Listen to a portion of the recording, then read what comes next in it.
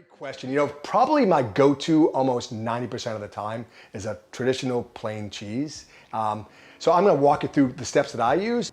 I'll fire my oven up. I'm going to preheat it with 2 steels on it for about 1 hour. And then I'm going to switch it over to broil. I'm going to stretch my pizza out. And as I'm stretching my pizza out, I'm going to put it onto my, what we call a pizza peel. And I've got to lubricate that. And by that I mean ball bearings. Right? I need ball bearings on that. And how we create ball bearings in the pizza world is with semolina flour and flour. I lightly dust my peel and I'll stretch out my dough and place it on top of the peel. And now, to make sure those ball bearings are working, I'm gonna give it like a little forward and backward motion to be sure that dough is gonna slide.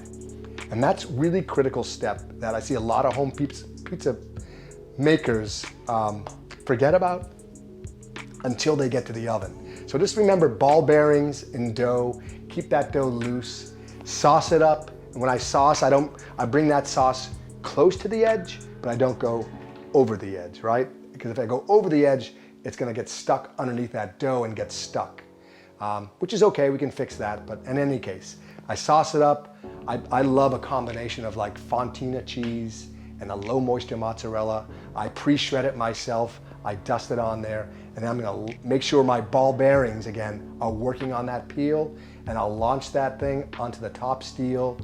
I'll cook it for 90 seconds. I'll give it that first turn, and then I'll, after maybe 90 seconds to 2 minutes, I'm gonna put it onto the bottom steel and put my timer on again for 2 or 3 more minutes. I love it crispy on that bottom, and that top, that cheese is gonna melt perfectly. And there you go with our plain cheese that I just love. And I'll sprinkle it with a little bit of basil at the end. Just sprinkle basil, you do that? You do it all the time. Yeah.